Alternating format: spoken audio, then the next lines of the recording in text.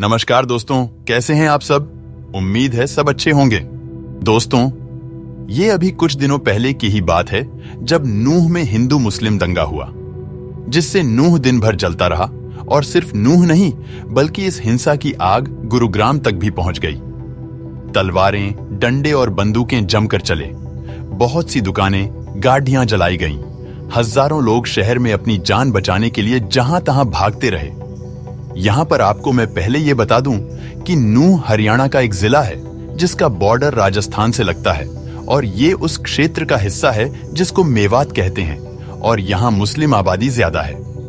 और अगर 2011 की जनगणना और 2019-21 के national family and health survey यानी NHFS की माने तो नूह में मुस्लिमों की कुल आबादी टोटल पॉपुलेशन की 79.2% है। अब इससे आप खुद अंदाजा लगा सकते हैं कि हिंसा किधर से शुरू हुई होगी। और ये भी तभी हुआ जब एक धार्मिक यात्रा निकाली जा रही थी, और धार्मिक नारे लगाने में इनकी भावनाएं आहत हुईं। तो यहां सोचने वाली बात यह है कि इन सो कॉल्ड किसी भी हिंसा या दंगे की शुरुआत न करने वाले लोगों की भावनाएं धार्मिक नारों से क्यों आहत हो जाती हैं। अब आते हैं हिंसा के ऊपर। तो हुआ यूं कि RSS और बजरंग दल ने 31 जुलाई को ब्रजमंडल जलाभिषेक यात्रा रखी। बजरंग दल और विश्व हिंदू परिषद ने इस यात्रा में शामिल होने के लिए श्रद्धालुओं को बुलाया गया था। इस यात्रा को नल्हड़ के शिव मंदिर से करीब 35 किलोमीटर दूर फिरोजपुर झिरका के झिर मंदिर और वहां से करीब 30 किलोमीटर दूर पुन्हाना के कृष्ण मंदिर पहुंचना था। ब्रजमंडल जलाभिषेक यात्रा गुरुग्राम से होकर मेवात में पूरी होनी थी। इस यात्रा में शामिल लोग गुरुग्राम से मेवात क्षेत्र में स्थित नलहरेश्वर मंदिर पहुंचते हैं।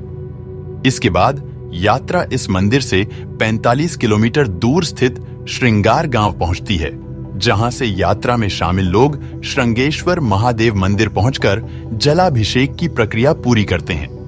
लेकिन नलहरेश्वर मंदिर के पास हुई हिंसा के बाद ये यात्रा आगे नहीं बढ़ सकी।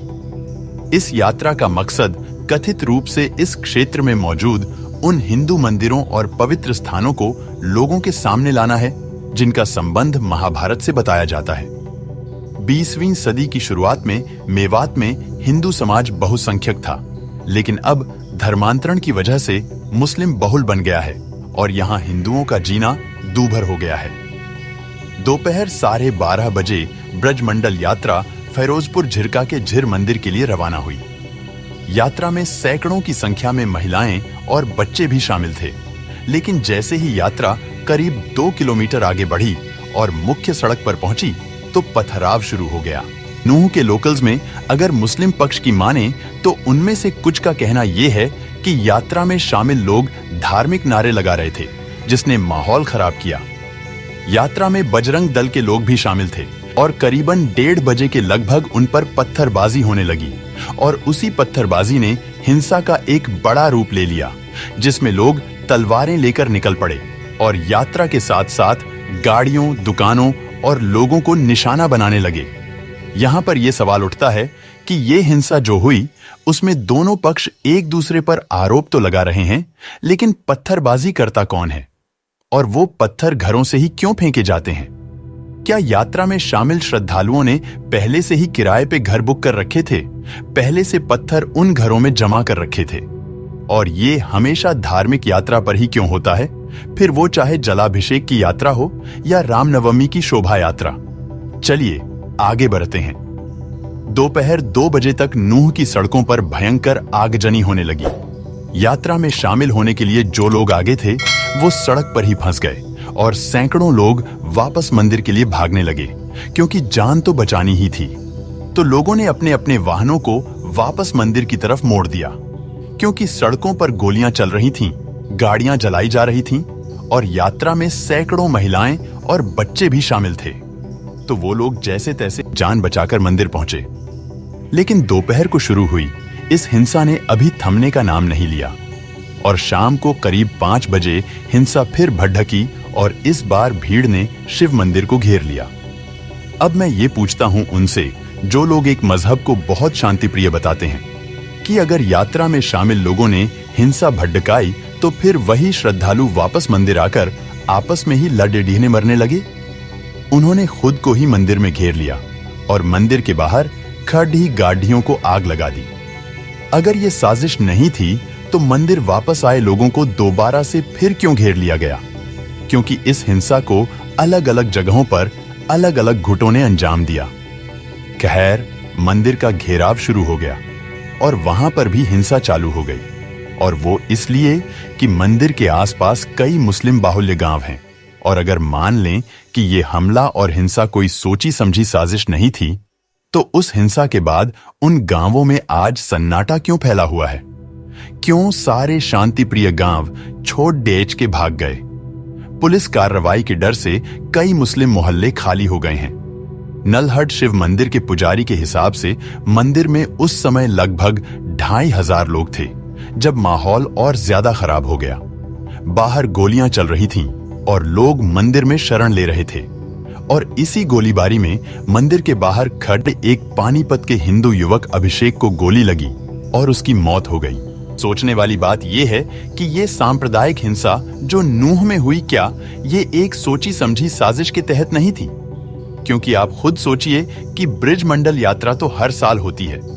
लगभग 20,000 से ज्यादा लोग हिस्सा लेते हैं, यह भी सबको पता था। इसकी तैयारी पुलिस ने नहीं की, लेकिन मुसलमानों ने की। कई दिनों से पत्थर इकट्ठा किए जा रहे थे। श्रद्धालुओं के साथ साथ एक पुलिस की टीम भी चल रही थी, और अचानक पत्थर चलने लगे और अंधाधुंध फायरिंग होने लगी। यहां तक कि पुलिस वालों को भी निशाना बनाया गया। ये हिंसा जिन्होंने की, उन उपद्रवियों ने न सिर्फ कई राउंड गोलियां चलाईं, बल्कि हथियार लहराए। और इससे एक बात तो साफ हो जाती है कि ये सब कुछ अचानक नहीं हुआ, क्योंकि पत्थरों और हथियारों का इंतजाम अचानक नहीं होता। नूह से शुरू हुई ये हिंसा शाम तक सोहना, गुरुग्राम और पलवल तक पहुंच गई, जहां भीड़ ने तोड़फोड़ और आगजनी की। और इसी के चलते शांति बनाए रखने के लिए नूह में 14, पलवल में 3, गुरुग्राम में 2 और फरीदाबाद में अर्धसैनिक बलों की एक कंपनी सुरक्षा के तहत तैनात की हुई है। नूह में हुई हिंसा में अब तक 6 लोगों की मौत हुई है, जिसमें 2 पुलिस वाले भी मारे गए। नूह की हिंसा में एक बात और सामने आई, और वो ये है कि इस हिंसा में काफी मात्रा में रोहिंग्या भी शामिल थे, जो फॉरेस्ट विभाग की जमीन पे झुग्गी बना के रह रहे थे, और नूह हिंसा में इनका हाथ था। जब कभी भी कहीं भी हिंदुओं का कोई धार्मिक जुलूस निकलता है, तो आप सबने ये जरूर सुना होगा कि लोग टीवी पर बैठकर या कोई नेता ये कहता हुआ जरूर मिल जाता है कि शोभा यात्रा या जुलूस उस रास्ते से क्यों गए जो मुस्लिम बहुल इलाका है, तो क्या ये नहीं मान लेना चाहिए कि अप्रत्यक्ष रूप से मिनी पाकिस्तान को मान्यता दी जा रही है? क्योंकि किसी भी हिंसा से पहले तैयारी कौन करता है? दूसरे राज्यों से रिश्तेदारों को कौन बुलाता है? इन रिश्तेदारों में रोहिंग्या भी शामिल है। फंड इकट्ठा कौन करता है? पत्थर इकट्ठे कौन करता है?